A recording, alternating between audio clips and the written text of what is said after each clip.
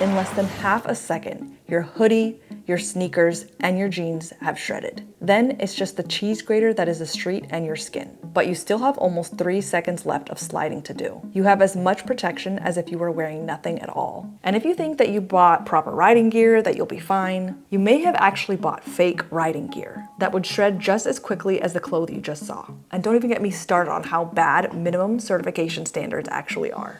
I've low-sided on the track twice in this tracksuit. Yeah, fake leather. Oh, yeah, that's not good. This is just not right that some companies are doing this.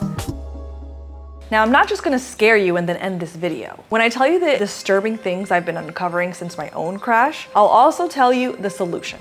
First, I will scare you for a bit. What happens to your body if you crash and then slide? Oh, no. Then we'll learn the big lie behind the name road rash. You'll see that a more accurate description would be something more like pavement peel. Then after that, we'll meet up with the chief scientist and researcher that crash tests hundreds of gear in a lab and publishes those results for free so riders can actually know that the gear they're buying does what it claims to do. I was shocked just how much gear sold as riding gear isn't even certified, and how bad the minimum safety standards actually are. We'll learn how to spot fake riding jeans and jackets, and how to choose the right ones for yourself. Okay, so about your body sliding in a crash on pavement. I'll tell you about someone whose story you may have heard of, but may have missed some key details.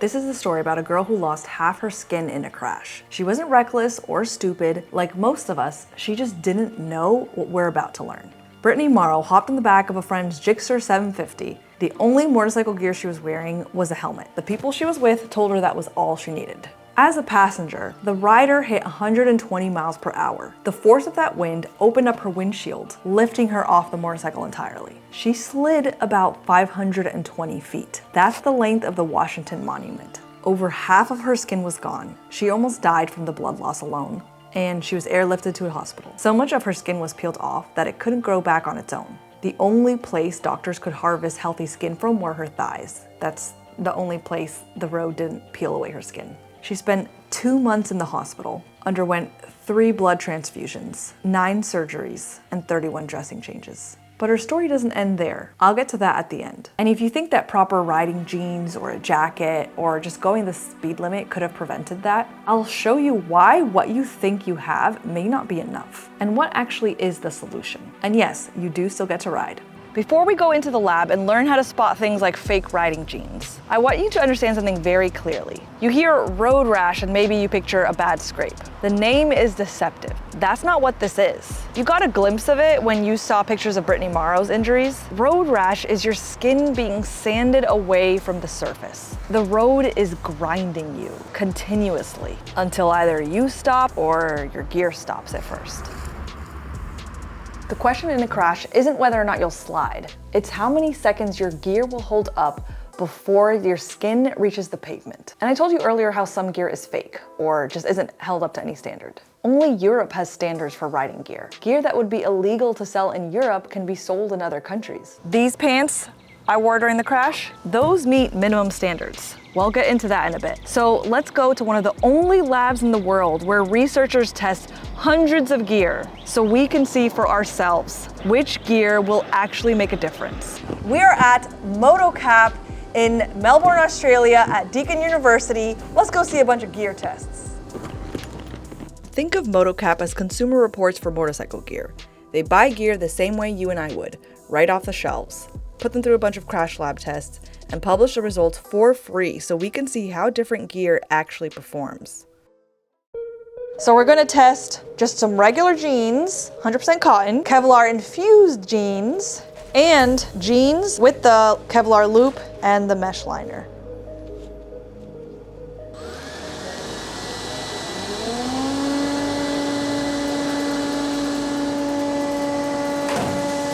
Oh! 0.5 seconds? Yeah. Okay, when I crashed, I slid way longer than 0.5 seconds, let me tell you. Yeah, that's not good. Even I know that. That's wrong. I crashed on asphalt in the USA, which is 4.5 less abrasive than what this machine simulates, the rougher Australian and New Zealand chip seal roads. Since this machine isn't an exact replica of my crash, this is a guess, but the researchers believe a 1.5-second result would have been enough to survive my crash when I hit the ground at 61 miles an hour. Next, we've got our Kevlar infused denim.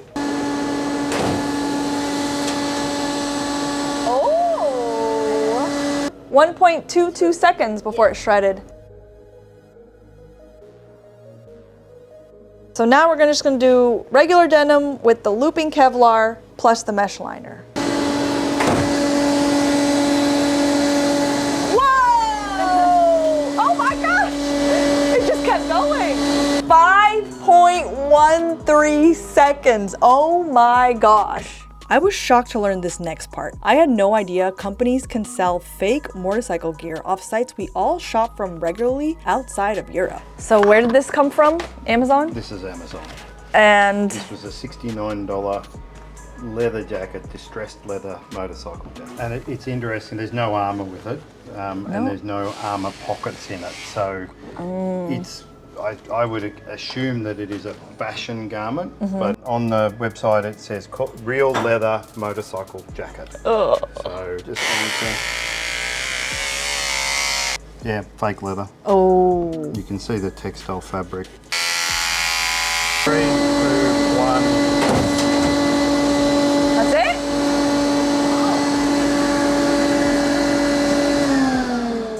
Real fake imitation leather. I think that was even worse than the all cotton jeans.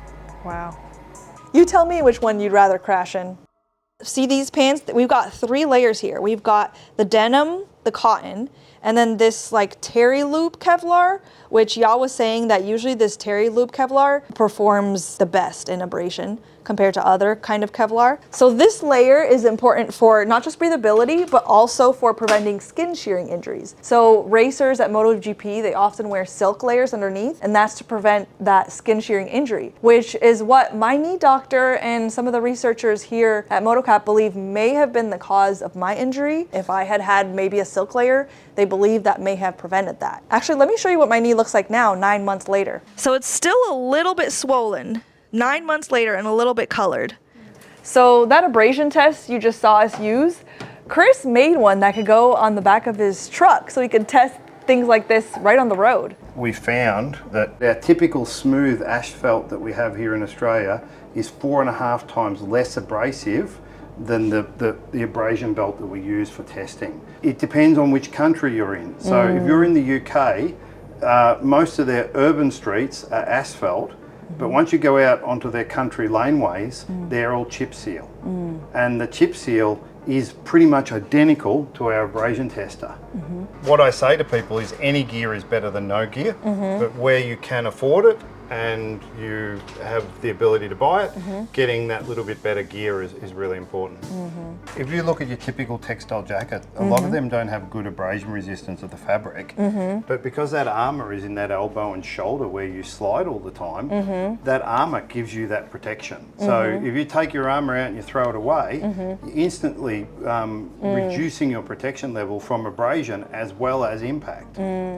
Did you catch that? For anyone wondering if armor is useless, your armor at the very least is another barrier between your skin and the asphalt. But if you watched last month's video on armor, you'll know it definitely is not useless. So even though I was wearing riding jeans that were basically just cotton with pieces of armor, yeah, my jeans tore, but luckily they tore exactly where I had armor, so I didn't actually get any skin torn, because even though the jeans tore, it didn't get to my skin. Correct.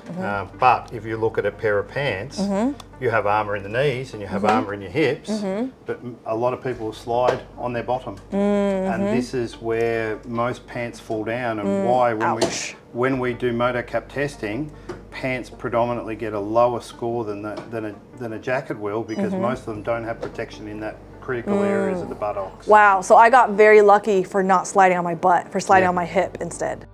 Okay, next I'll show you how to spot fake riding pants and jackets. So here's an example of what a label should look like, if it's legal, if it's legit, and what it all means. The CE means that it's been certified in Europe. This graphic, the information symbol, means that the manufacturer is required to include an instruction manual or documentation with the garment. Whatever documentation it comes with actually should be inside the gear, usually in a pocket, but it should be on the website. For a US market, more than likely, I've looked, it's usually not on the website, but it should be there too. And this right here, AAA, this is where you'll see different ratings, A, AA, AAA, or B and C. A is basically tested on the impact area at the equivalent of like neighborhood riding. The requirements are to have abrasion protection in the knee and the hip of the garment. Nowhere else. It can be an ordinary piece of clothing apart from abrasion in the knee and the hip. AA is basically tested for the impact area at about open road speeds, where most real world crashes happen. For AA, the knee and the hip have a higher level of abrasion than A, and then you have other parts of the garment have abrasion protection, but places like the crotch and the insides of the legs don't have to have abrasion protection. Although the standard testing at 0.6 seconds here says that AA is good for most road riding, but as you saw in the beginning of this video, 0.6 seconds is where denim jeans shred, and you're more than likely gonna slide more than 0.6 seconds. So here's a case where the standard requirements are something I personally would not think is good enough for the road. My Levi denim jeans, if I put armour in the knee and the hip, these will meet AA. AA, and we know that abrasions, that'd be probably like 0.53 seconds a tear. Yep. Look how much better we know now. And then AAA, this is tested at speeds of what you'd want on the interstate or a canyon run. It's what racers wear. It's the highest rating. It requires protections in your butt area, which lower ratings don't require at all. And I actually totally forgot, I've low sided on the track twice in this tracksuit. Both times I walked away and kept riding that day. Don't think that would have been the case with lower rated gear. Oh, and there is also class B and C.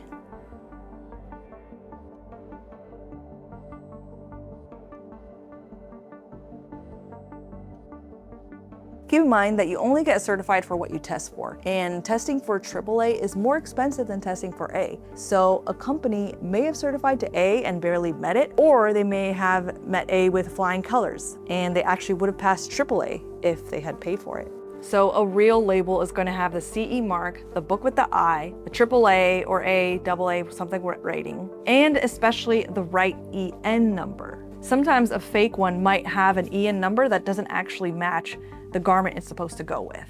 So take a screenshot of this on the screen, or just use it to compare your labels if you got it from a questionable place. And if you still have more questions, just remember, I'm just a YouTuber, I'm not the expert here. So be sure to watch the last Q&A we had with Professor Hurren, where he spent about an hour answering your questions after my armor video. And to get notified for when the next one is, so you can ask him your questions directly, sign up for emails down below. You can also dig through the MotoCap website and contact the researchers there. I can only put so much in a YouTube video while still making sure it goes wide enough to reach you all. So if you want extended clips of the labs with the researchers, I just released them for Patreon and channel members. And becoming a patron and channel member also gives you early access, as well as helps support videos like these. Okay, now let's test your knowledge. Let's see if you can spot the fake labels. I'll give you 5 seconds. It's real. How about this one? It's fake. Here's how you can tell. See the date? 2002 is too early. Okay, how about this one? It's real. How about this one? Also real. What about this one? This is fake. See this box? There's no letter in it. Last one. So this is a trick question. See how this label says FPR before the EN? This is before the standard was finished, and it's for the provisional standard. So the number is incorrect, but it was on a fairly legitimate company garment. So with all this information, where do you go from here? Standards are not enough. MotoCap website ratings are great, but You don't have to go 5 stars. 3 stars is good for country roads, and 2 is good for in town. In the description below for each video in this series, I'll have one winning item linked in the description below. So the armor video had a link to the best armor. This video will have a link to the best pants. You get the idea. Now, I'm literally learning this with you as I go. So I don't have all the answers or know for sure which winning item in each top category is, pretty much until I do each of these videos. So if you want my top choice for all the categories for your gear from head to toe, be sure to sign up for emails down below and I'll email you the full list when it's ready. And we didn't really touch on jackets or gloves. I'll give you a quick summary on those, as well as a cheat sheet of everything you learned today. But first, you know what's crazy about everything I just showed you? Fake leather, fake Kevlar, jeans that shred in under a second, none of which is illegal to sell in most countries outside of Europe. Companies can call something motorcycle riding jacket that's actually fake leather and sell it to some kid who thinks they're protected. And when that rider gets hurt because their gear failed them, figuring who's responsible and whether you're owed anything can get complicated. Real quick, because I would not have been able to fly to those labs in Australia on my own dollar to make these videos had it not been for today's sponsor. So that kind of situation where you get in a crash, that's where who you call matters. Like the 27-year-old that got hit by a drunk driver turning the wrong way, injuring him so severely that he'll never be able to have children. Morgan & Morgan was able to get him $47.5 million. But not all law firms are the same. Hire the wrong one and you may be beat before you even start. Morgan & Morgan has been fighting for people like us for almost as long as I've been alive. They've recovered over $30 billion for their clients and have over 1,000 lawyers working across 50 states. They've built their firm specifically because they believe that the system shouldn't only work for people who can afford it. If you're ever injured in a crash because of someone else's negligence, you can check out Morgan & Morgan. They don't charge you unless they win for you. I want to keep making these video gear deep dives for you. Their sponsorship is what makes it possible. You can start a claim without even leaving your couch at forthepeople.com/doodle. Okay, so quick summary on jackets, gloves, and your cheat sheet for everything you've learned today. You want to avoid jackets with the ventilation points on the arms, especially the elbows and shoulders. Those are high impact areas, and vents there increase the risk of the jacket falling on contact with the road. Also worth noting, even the toughest fabric can peel away instantly if the stitching fails. All that engineering only works if the garment stays together. That's why seam strength is tested separately from abrasion resistance. For gloves, the base of your palm is one of the most vulnerable areas in a slide.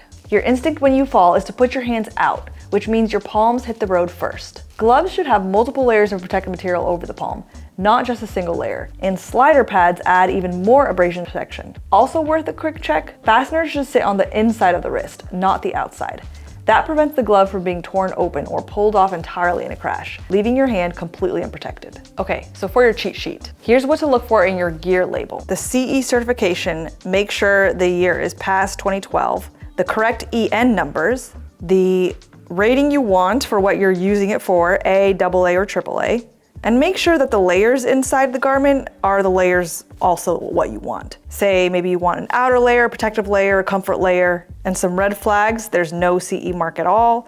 It has the wrong EN number, or it has Kevlar that's yellow on the outside, white on the inside. I know it's hard to tell unless you cut it up, or it's called motorcycle gear and there's no certifications mentioned anywhere. So Brittany Morrow slid 522 feet. Riding gear that would pass A and maybe even AA certification probably would have failed her almost just as badly. The difference isn't how much you spend or how serious you look on a bike. It's whether the thing between you and the asphalt has actually been tested to do the thing it claims to do. But now you know how to check. And you've seen just how bad even minimum standards are. Arming yourself with knowledge and why independent researchers like Motocap is so important. And what about Brittany Morrow? Whatever happened to her? She got her first bike just 8 months after her infamous crash. She's become a huge safety advocate for gear. About 10 years after that wreck, she crashed again on the track, but she was wearing a full race suit, walked away, and kept riding that day. I'm going to do another video on helmets and eventually airbag vests, so be sure to subscribe so you don't miss it. And so you'll be notified when the next live stream with Professor Chris Hurren is, as well as getting that top safety gear list sent straight to your inbox. Be sure to sign up for emails below. Now that you know how to make sure that you're wearing the best materials for your gear, don't make the mistake of riding with fake or no armor. After crash landing on my knee at 61 miles per hour and my knee still looked like this, I had a lot of questions. Is armor really useless? Click here to find out. Spoiler alert, it's not.